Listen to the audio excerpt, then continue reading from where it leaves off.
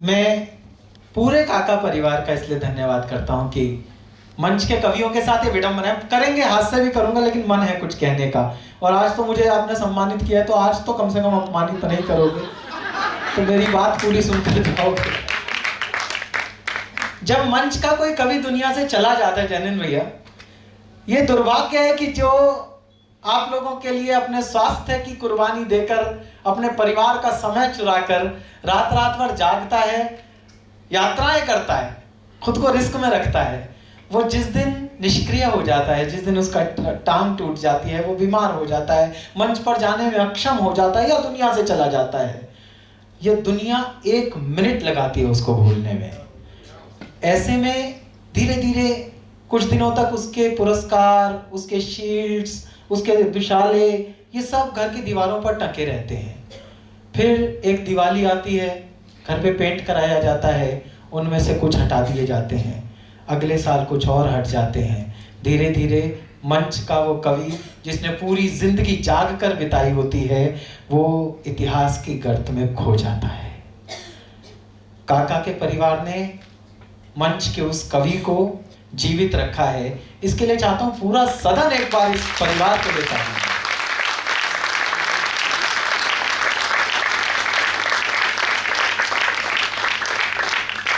जैसे आपके हमारे परिवार में होते हैं, ऐसे इनके परिवार में भी आपस में होता होगा। इसकी ईगो, उसकी ईगो, इसकी झड़प, उसकी झड़प। लेकिन ये एक ऐसा कार्यक्रम में मैंने कई साल से देखा है, ये पूरा परिवार इसी शिद्दत के साथ यहाँ मौजूद होता है। आप इसको बनाए रखिएगा ताकि काका हमारे दिलों में जीवित रहे। हम हैं हिंदी कविता की बुनियाद में गढ़ने वाले लोग, संजय भैया। हम हैं हिंदी कविता की बुनियाद में गढ़ने वाले लोग, कहीं बहुत जमने वाले और कहीं उखड़ने वाले लोग।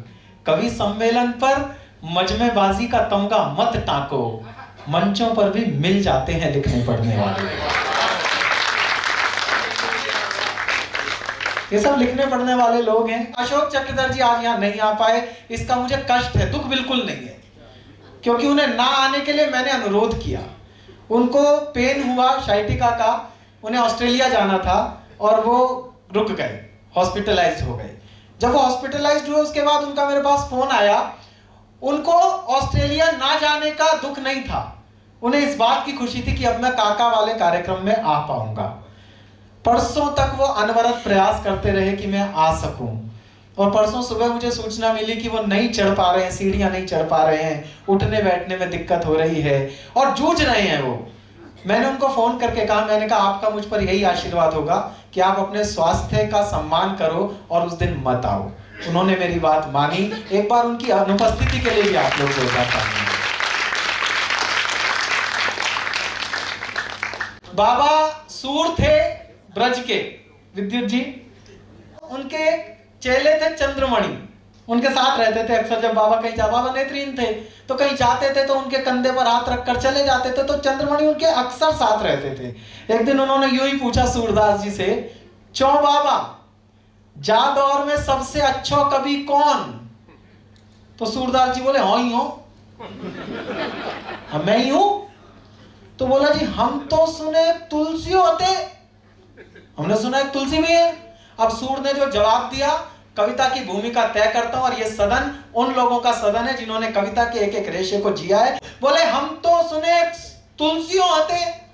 बाबा बोले, वो तो भक्त हैं, कवि को तो प्रेमी होना चाहिए।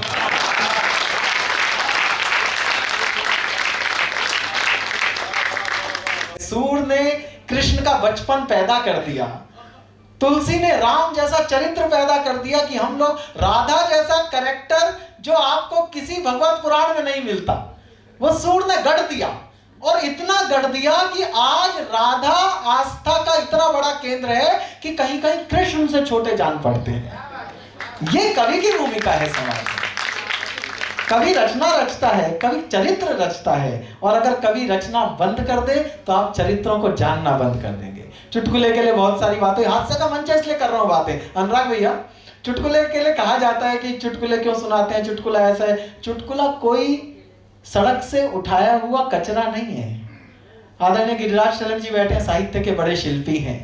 मैं एक टिप्पणी करना चाहता हूं, चुटकुले की भूमिका बताता हूं। हम लोग लघु कथाओं को तो साहित्य मानने को तैयार हैं, लेकिन चुटकुले को साहित्य मानने को तैयार नहीं है। एक पंक्ति में अगर सही कह दूं तो यह सदन फिर मोहर लगाए। लघु कथा रोता हुआ चुटकुला है और चुटकुला हंसती हुई लघु कथा है।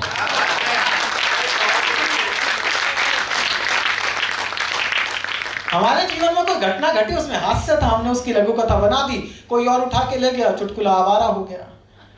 इसमें हमारी क्या गलती है? हम भारतीय बहुत आनंद के लोग हैं।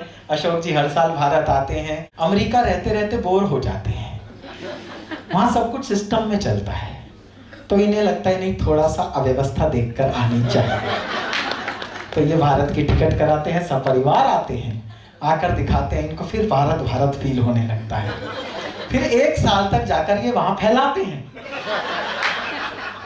और जब वो कोर्स खत्म हो जाता है फिर रिचार्ज होने के लिए भारत आ जाते हैं। हम अलग तरीके के लोग हैं। हम इंडियंस का दुनिया में कोई मुकाबला नहीं है, और ना दुनिया में कोई हमारा कुछ बिगाड़ सकता, क्योंकि इस मामले में हम आत्मनिर्भर हैं। 15 अगस्त 1947 को हमें आजादी मिली थी डॉक्टर साहब। 15 अगस्त 1947 को हमें आजादी क्यों मिली थी, आज आपको उसका बेसिक कारण बताता हूं। दरअसल अंग्रेज हमारी आजादी बर्बाद कर रहे थे, हमने उनसे अपनी आजादी वापस ले ली, हम खुद करेंगे। और तब से 75 साल हो गए साहब, हम पूरे मन से पूरी शिद्दत से अपनी आजादी बर्बाद कर रहे हैं। या आप बीच में मोबाइल पर वीडियो बना रहे हो, भाई साहब एक बात बताओ, ये जो कैमरामैन बैठा है इसने एक बार भी ताली नहीं बजाई, क्योंकि इसका काम वीडियो बनाना है, ये अपना काम कर रहा है।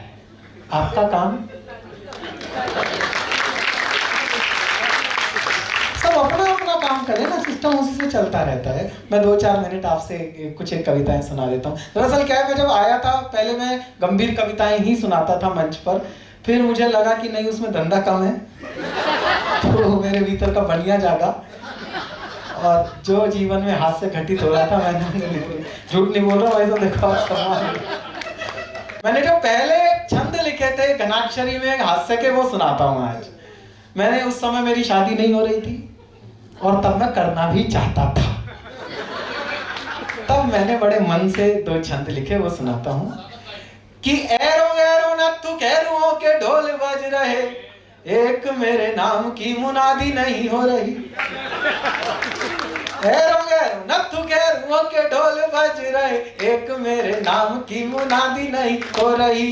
कहीं खुद लड़की ही राजी नहीं हो रही है, कहीं किसी लड़की की दादी नहीं हो रही।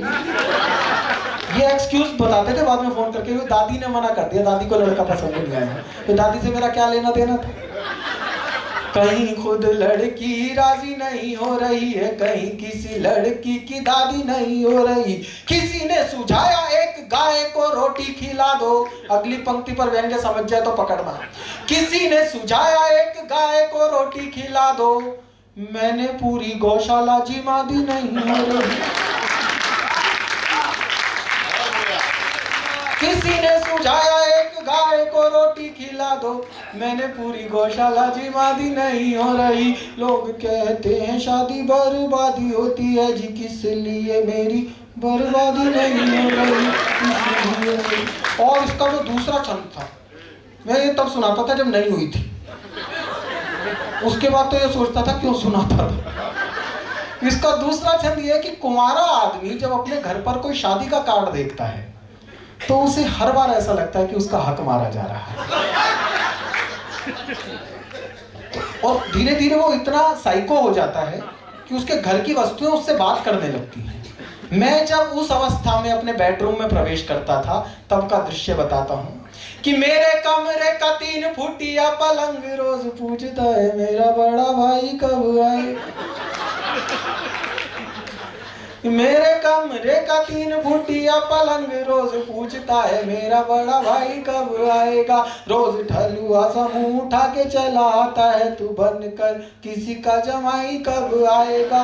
रोज रात सपने में बड़ बड़ करता है, करने को कोई सुनवाई कब आएगा, तकिए पे हाथ रख दूं तो वो झिड़कता है, अब लेके अपनी लुगाई कब आएगा, अब लेके अपनी लुगाई कब आएगा।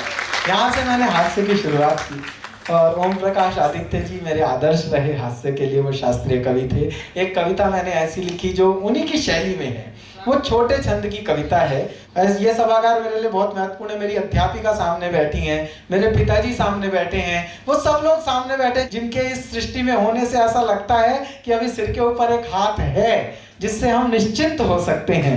वो सब हाथों की उपस्थिति को प्रणाम करता हूँ। वो कविता बहुत पिछले दिनों वायरल हुई, वो कविता आपको सुना देता हूँ। एक तो आजकल वायरल होना ही एकमात्र उपाय बचा है दुनिया में जीने का। वायरल ना हो तो संत तक आजकल ये बताते फिरते हैं कि मेरा प्रवचन सुनो, फिर इसे लाइक और शेयर करो।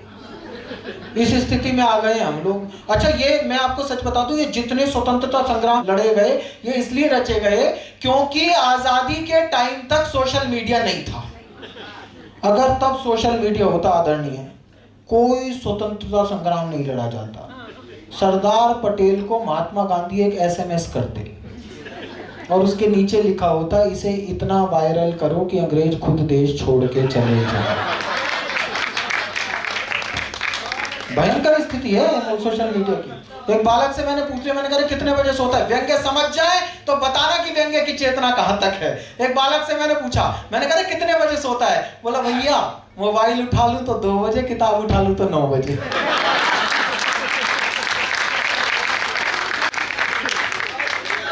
ये वास्तविकता है। और एक बात और बता देता हूं, एक पंक्ति में बताता हूं मोबाइल ने हमें कहां लाकर खड़ा किया है। हम सब में से थोड़ी थोड़ी अभिभावकीयता सबके पास है, सबके कंधों पर किन्हीं 2 बच्चों की जिम्मेदारियां हैं जो हमारे कारण इस दुनिया में उत्पन्न हुए हैं। जब उन बच्चों को इस दुनिया के प्रभाव में बहते देखते हैं तो मन अंदर से कांप जाता है। एक पंक्ति में बताता हूं सोशल मीडिया ने हमें कहां पहुंचा दिया। आजकल माँ बाप की एक ही टेंशन है कि बेटा डाउनलोड क्या कर रहा है और बेटी अपलोड क्या कर रही है।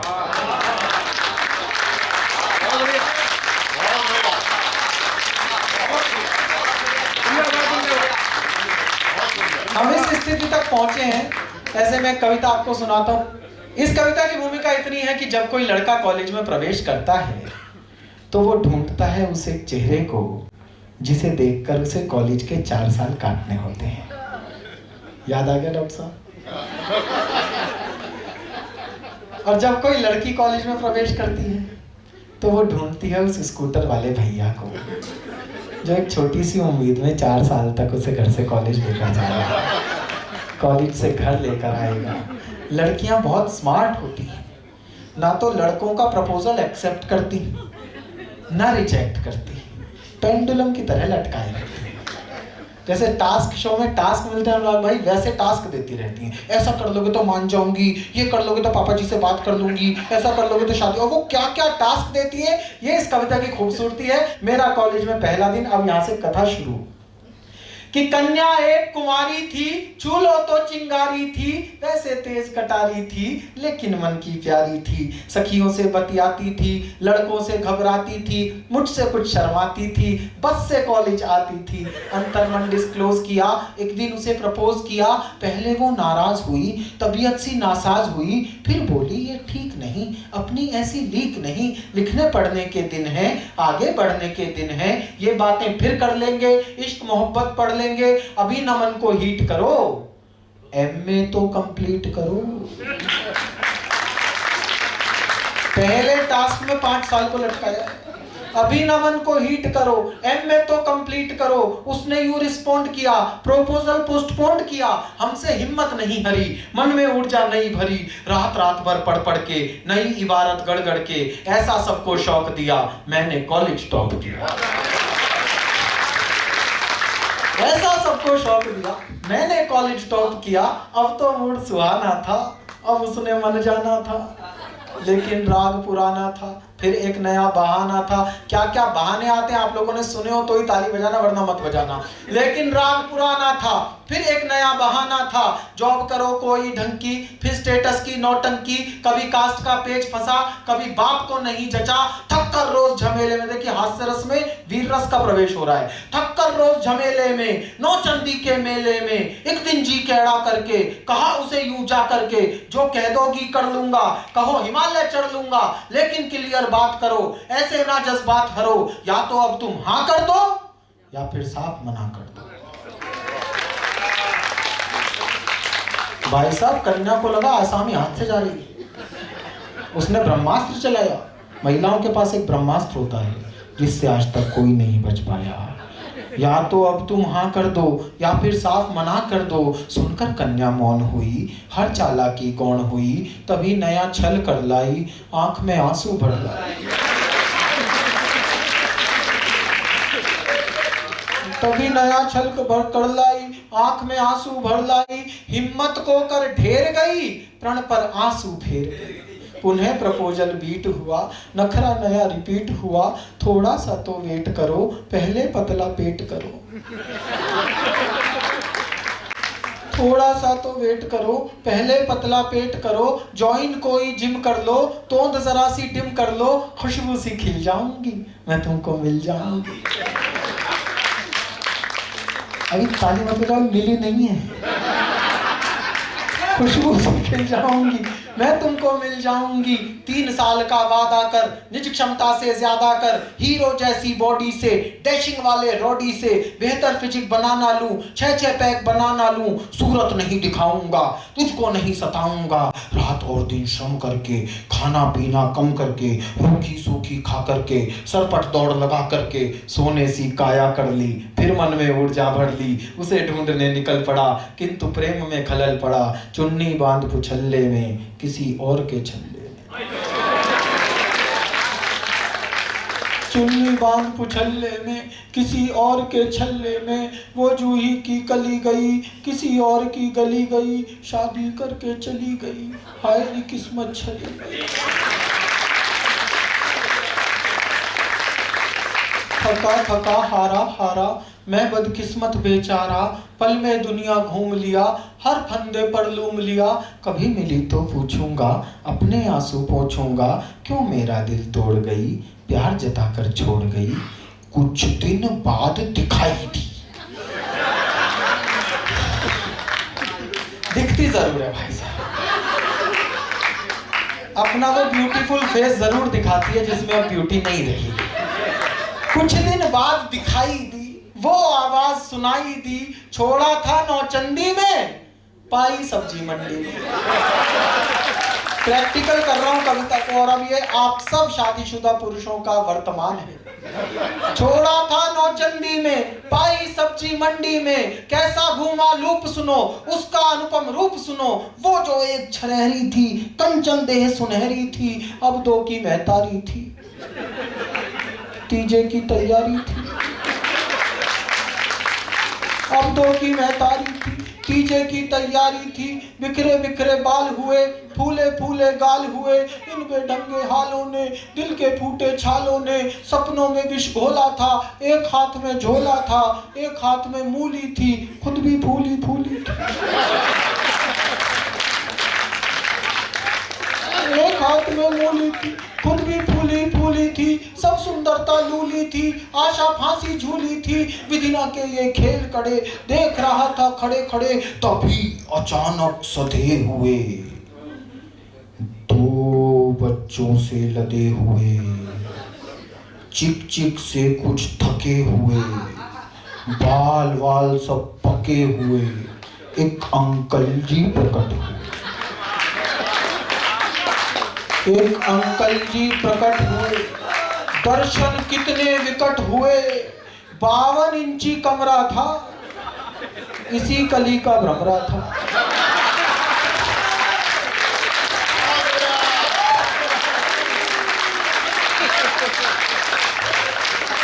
52 इंची कमरा था, इसी कली का भ्रमरा था, तूफानों ने पाला था, मुझसे ज्यादा काला था, मुझसे अधिक उदास था वो, केवल 10वीं पास था।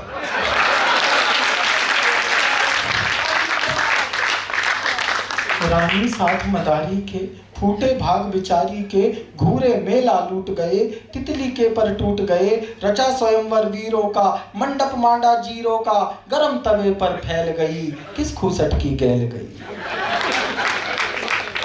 बिना मिले वापस आया, बहुत दिनों तक पछताया, अब भी अक्सर रातों में, कुछ गहरे जज्बातों में, पिछली यादें ढोता हूँ, सबसे छुप कर रोता हूँ, मुझ में क्या कम था ईश्वर, किस्मत में गम था ईश्वर, अब भी आंसू बहते हैं, भाग्य इसी को कहते हैं।